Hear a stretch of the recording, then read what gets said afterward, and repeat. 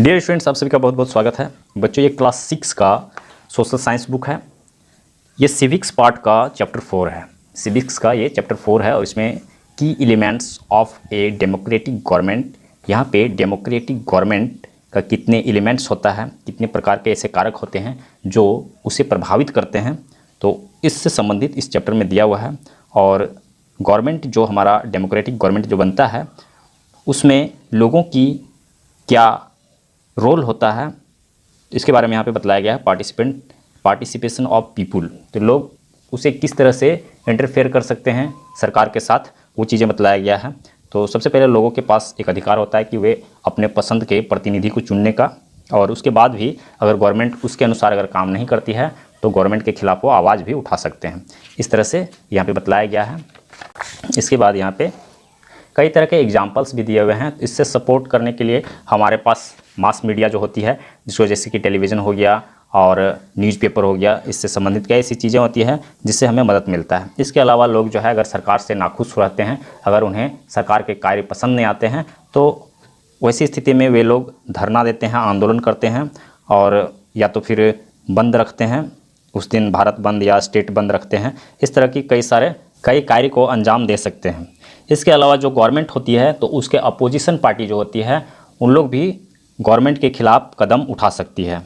इस तरह से यहाँ पे बतलाया गया है। अपोजिशन पार्टी जो होती है, अपोजिशन जो होती है, गवर्नमेंट को चेक दे सकती है। ये चेक अपॉन द गवर्नमेंट कहने का मतलब है कि उसको उसके खिलाफ कदम उठा सकती है और उसको बतला सकती है कि जो आप कर रहे हैं वो गलत है, और किस तरह से गलत है उसको यह भी बतलाना होगा। यह भी अपोजिशन पार्टी जो है बतलाती है। इसके अलावा गवर्नमेंट के कार्य के दौरान और समस्याएं आती है, कॉन्फ्लिक्ट्स, कई बार विरोध उत्पन्न हो जाता है। जो उनका कार्य होता है तो उसके कार्य में अपोजिशन की तरफ से विरोध उत्पन्न हो सकता है, या फिर किसी स्टेट टू स्टेट विरोध उत्पन्न हो सकता है, लोगों के बीच विरोध उत्पन्न हो सकता है, या फिर कई बार पॉलिटिकल पार्टी के बीच में विरोध उत्पन्न हो जाती है। तो उस विरोध को सोल्यूशन करने के लिए बतलाया गया है कि किस तरह से हम सोल्यूशन उसको कर सकते हैं।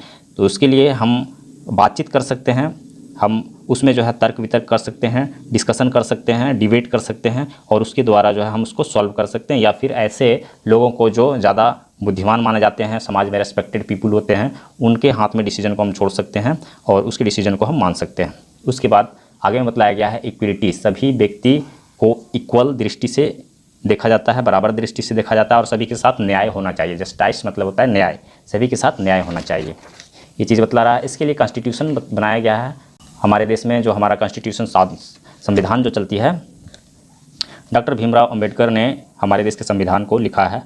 तो उन्होंने बताया कि सभी लोग बराबर होते हैं कानून की दृष्टि में, और किसी को भी स्पेशल रूल उसके लिए नहीं है, सभी के लिए एक ही रूल है, और सबके लिए यहाँ पे एक ही व्यवस्था है। तो यहाँ पे अनटचेबिलिटी जो होता है, कहने का मतलब बहुत पुराने समय से छुआछूत जो चलता आ रहा है वो सब नहीं होना चाहिए। किसी को कास्ट के नज़र से, मतलब जाति प्रथा जो होता है, किसी को छोटा जात या ऊंचा जात नहीं समझना चाहिए। इस तरह से हमारे संविधान में, इंस्टीट्यूशन में बतलाया गया है। इसके अलावा हमारे संविधान में यह भी बतलाया गया कि मेल और फीमेल, जैसे पुरुष हो गया और स्त्री हो गया, वो दोनों हमारे समाज में इक्वल हैं, उन दोनों को एक ही सम्मान मिलना चाहिए। इस तरह से इसके अलावा जो है कई तरह के अधिकार होते हैं नागरिकों के। यहाँ पे कुछ अधिकार बतलाए गए हैं। राइट टू इक्विलिटी, समता का अधिकार होता है, सभी हमारे समाज में बराबर माने जाते हैं और माना जाना चाहिए।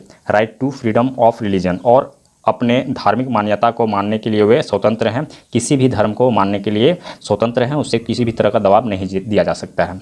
इसके अलावा राइट टू एजुकेशन, एजुकेशन का अधिकार में बताया गया है कि 6 वर्ष से 14 वर्ष के बच्चों को एजुकेशन फ्री देने का सरकार के द्वारा प्रावधान है, उसे वह फ्री में एजुकेशन ले सकता है। जैसे कि अभी सरकारी स्कूल जो चल रहा है तो 14 ईयर्स तक के बच्चों को उसका कोई भी फ़ी नहीं लगता है, बल्कि उसको और स्कॉलरशिप दे देकर पढ़ाया जाता है।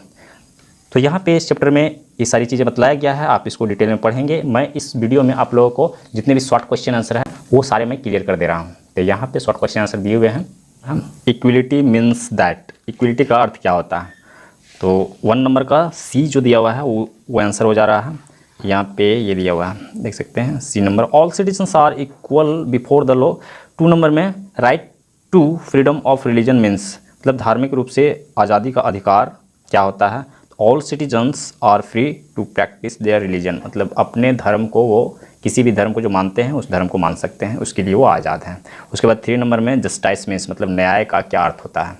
न्याय का अर्थ है, क्या अर्थ है, fairness in the way that people are treated, मतलब सभी लोगों को एक ही दृष्टि से देखना और सभी के लिए एक ही न्याय व्यवस्था होना।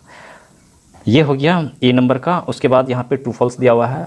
यहाँ पे ट्रू फॉल्स में क्या दिया हुआ है, traffic jams are the results of rallies and demonstrations, मतलब हो गया कि प्रदर्शन करना किसी तरह का या रैली जो होता है उसके वजह से ट्रैफिक जाम हो जाते हैं। तो रैली जो होता है वो रोज़ाना नहीं होता है, कभी कभार होता है, तो इसके वजह से किसी भी तरह का ट्रैफिक जाम का यही कारण नहीं है और भी दूसरा कारण होता है, इसलिए फॉल्स है। उसके बाद opposition has no role in a democracy, opposition का कोई भी रोल नहीं होता, तो ये फॉल्स है। अपोजिशन सरकार को चेक कर सकती है, मतलब उसको बाधित कर सकती है। Mass media play an important role in a democracy, democracy में मास मीडिया का काफ़ी बहुत बड़ा रोल होता है, तो ये बिल्कुल सही है, ट्रू दिया हुआ है। Launching movement is one of the ways of sowing dissatisfaction against the government decision और इट्स वर्किंग, सरकार के द्वारा जो कार्य किया जाता है उसको उसके खिलाफ अगर कोई भी डिससेटिस्फैक्शन मतलब असंतुष्ट है तो उसको मूवमेंट के द्वारा दिखाया जा सकता है, मतलब उसके खिलाफ आंदोलन किया जा सकता है, तो ये भी ट्रू होगा, तो यहाँ पे हम ट्रू कर देते हैं। उसके बाद public opinion can change the decisions of government, public का राय जो है उसके विचार सरकार के डिसीजन उसके फैसले को बदल सकती है, तो ये भी सही है। उसके बाद द कॉन्फ्लिक्ट्स और differences should be resolve through violent method, कहने का मतलब है कि जो परस्पर विरोध हो जाता है तो उस चीज़ को विरोध को वायलेंट के द्वारा मतलब हिंसा के द्वारा सॉल्व किया जा सकता है, नहीं किया जा सकता है, तो ये फॉल्स है, इसीलिए मैंने फॉल्स कर दिया इसको।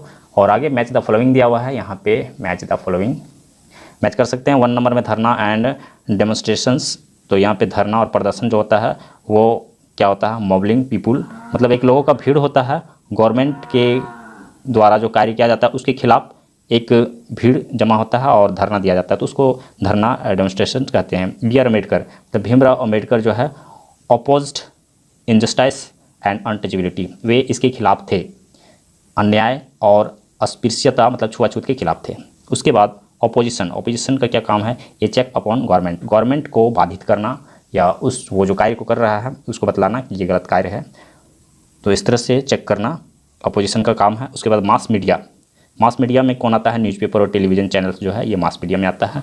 उसके बाद इंस्टीट्यूशन ऑफ अनटचेबिलिटी, तो इंस्टीट्यूशन ऑफ अनटचेबिलिटी जो है वो कॉज्ड इनइक्वलिटी इन सोसाइटी, इसके द्वारा जो है हमारे समाज में असमानता आती है, लोग छुआछूत मानते हैं और इसके द्वारा हमारे समाज में व्यवस्था अस्त व्यस्त होता है। सिविल कास्ट जो है एससी जिसको कहा जाता है सिविल कास्ट, इसको weaker section of Indian society, हमारे भारतीय समाज में इसको वीकर सेक्शन कमज़ोर तंत्र माना जाता है, कमज़ोर सेक्शन माना जाता है, तो यहाँ पे इसका 6 नंबर का डी हो जाएगा। तो नेक्स्ट और क्या दिया हुआ है, तो यहाँ पे उसके बाद यहाँ पे 2 प्रकार का क्वेश्चंस दिया हुआ है, एक शॉर्ट क्वेश्चन दिया हुआ है यहाँ पे 4 नंबर में, आप देख सकते हैं क्वेश्चन नंबर 4 में शॉर्ट क्वेश्चन दिया हुआ है और 5 में जो है लॉन्ग क्वेश्चन दिया हुआ है, तो दोनों में 4-4 क्वेश्चन दिया हुआ है। अभी मैं इस वीडियो में आप लोगों को सिर्फ शॉर्ट क्वेश्चन का आंसर दे रहा हूँ और ये लॉन्ग क्वेश्चन का आंसर नेक्स्ट वीडियो में मैं आप लोगों को दूंगा, तो चलिए मैं आप लोगों को इसको सॉल्व करके दे देता हूँ।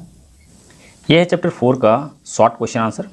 Describe one of the methods by which people participate in the affairs of government. There are various ways in which people participate in the affairs of government. People are free to express their views on policies and acts of the government.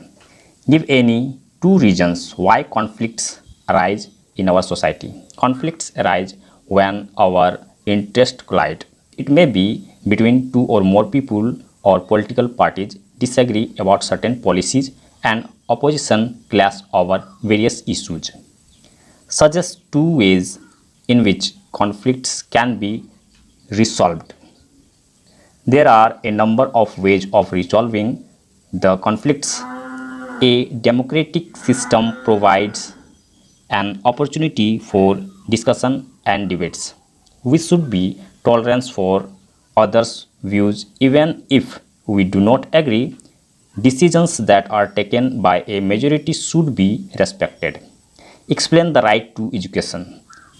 The right to education states that the state shall provide free and compulsory education to all children in the age group of 6 to 14 years.